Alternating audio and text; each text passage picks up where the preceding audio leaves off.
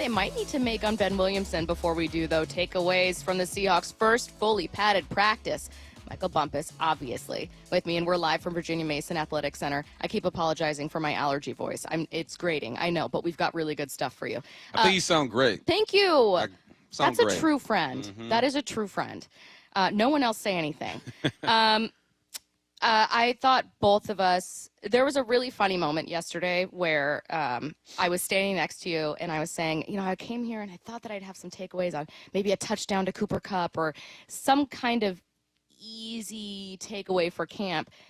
And like, I'm not seeing like a wow moment. And then literally right in front of us, 5 seconds Reek Woolen makes a great interception. And I said, called it. I call it. I felt like takeaways were kind of our takeaway, Bump. Yeah. Here's the thing. So pads are on. We spoke to MVS yesterday, and I asked him. I knew what he was going to say, but this was a question for the people, right? I'll go, all right, what's the big difference with pads on? I believe it was him, or maybe it was Derek Carr. I don't know who it was, right? And he says, you know, defense gets a bit more physical and put hands on you. Obviously, the battles in the trenches are going to be a bit different.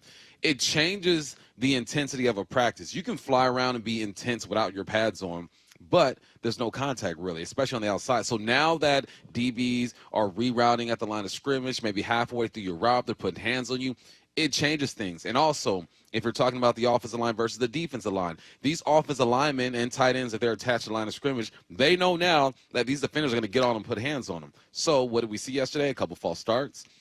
We saw some physicality. We saw linebackers popping the running backs a little bit, keeping guys up, but you have to hear the pads. If you're out there and you're not hearing pads, my linebacker coach from high school used to be like, all I hear is rubbing. I don't hear no pop. I want to hear some pop. So where's some pop yesterday, but these are professionals. They took care of themselves. The defense can assert themselves when you have the pads on. So I would say that they won that day, but it's nothing that I'm like, oh, my God, what are they going to do? No. The defense is so far ahead. The offense doesn't look great. No, it changes things a little bit. So it was a tougher day for the offense. Plays were still made, but the bigger plays were made from the guys on the other side. Well, and to be honest, we're expecting the defense to be the stronger unit heading into this season. Like, it's kind of okay if the defense looks great at practice or has a really good day and you're kind of waiting to see where the offense goes, because that's exactly how we're going to feel heading into week one. In week one, we're going to be, okay, what's Clint Kubiak's offense look like here?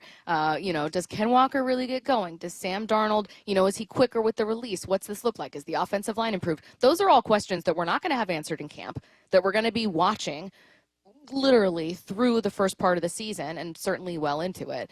It's fair to head into this season with the expectation the defense be great, that they continue to build on what they were doing. Yeah, for sure. So they should look like that now. Yeah, they ended the year last year as a top 5 defense if you look at a certain part of the season. They ended the year with a Pro Bowl type of guy in Leo Williams. They ended the year with Tyrese Knight looking good, with Ernest Jones doing his thing.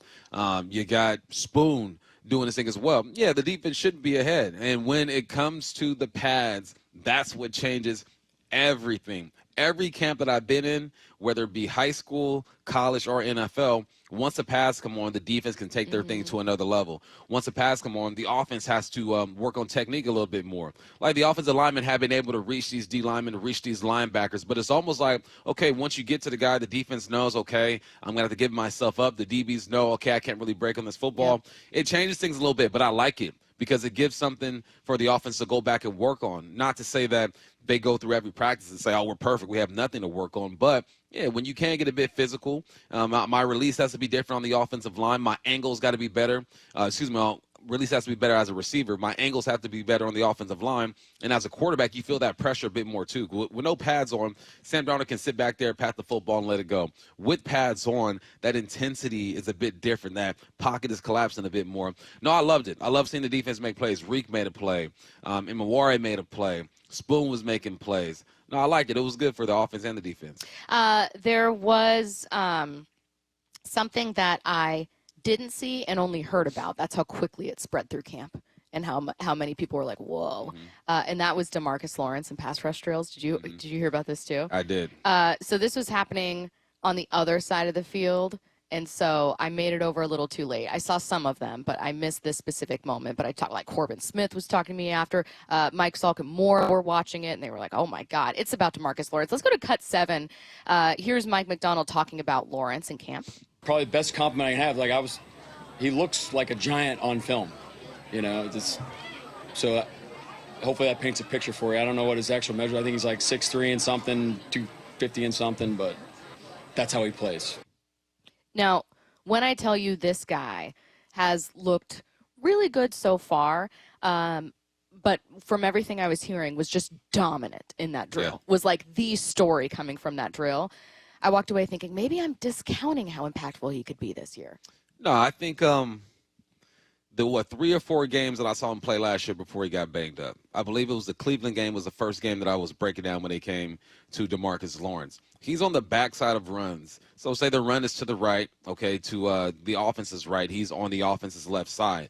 All right, you have your responsibility to take care of the cutback. As soon as the cutback is not happening, now you're chasing down the running back. And he was running guys down like he was in his mid-20s. Like the motor that he played with is crazy. And this is when veterans shine, especially in those one-on-one drills. That's when you use all the tricks that you have up your sleeves, all the technique that you've acquired over the past, 8, 9, 10 seasons in the league. You can shine right there because it's one-on-one. You have no other responsibility, right? So I would expect a guy like Demarcus Lawrence to shine during those situations because he's got more things in his bag. So that's exciting to hear. I think that in game-type situations, you have responsibilities, right? You probably can't use all of your things at once. But that's step number one. Look good in one-on-one type situations, and then once you get on the field, that should transfer over.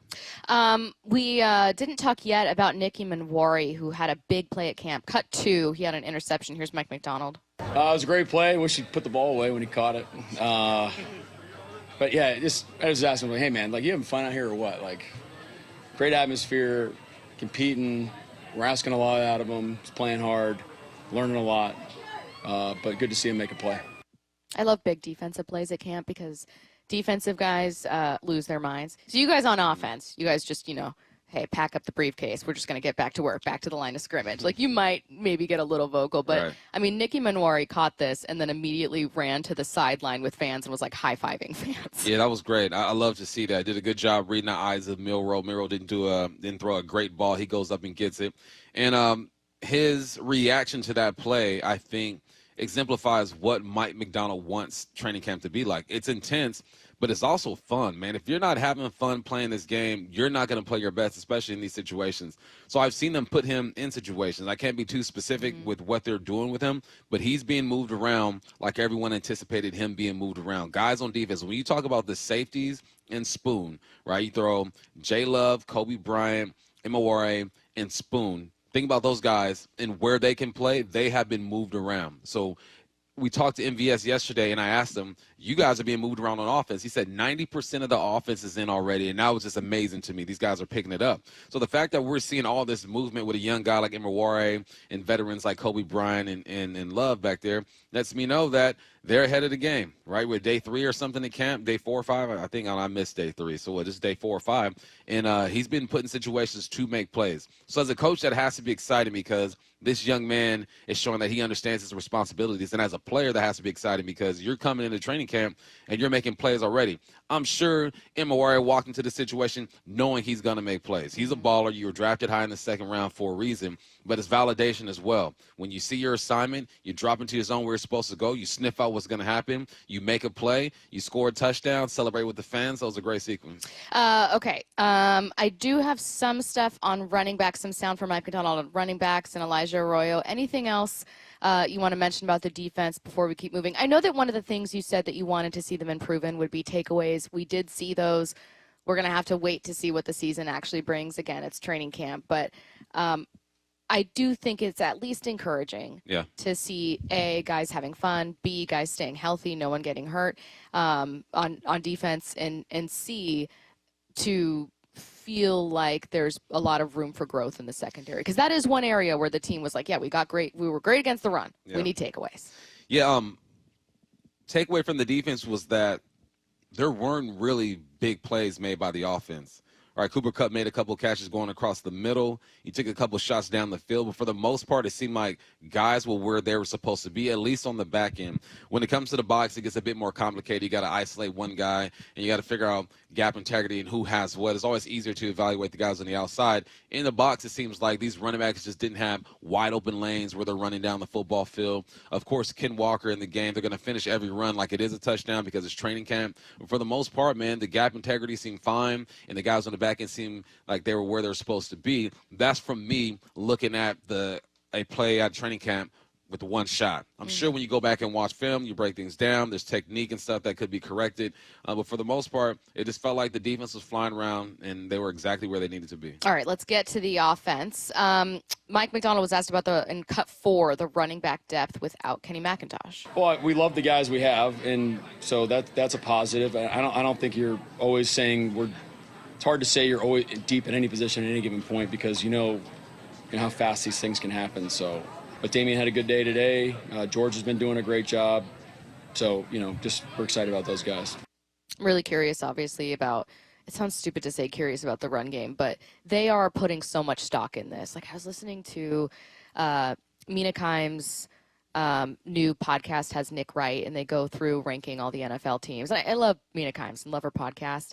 And Nick Wright is really smart, but I think that there's a big national perspective. In this case, it was from Nick about like, I'm so floored. I'm stumped as to why they would think, bring in Darnold and swap him out for Geno. And it's like, but the gamble they're really making is that they're going to be a great run team. Like that's what the bet really is. And I feel like their gamble there is getting kind of swept under the rug because quarterbacks always steal the spotlight, those pesky quarterbacks. But like, I cannot overstate how monumentally important it is that the run actually be far more successful this year.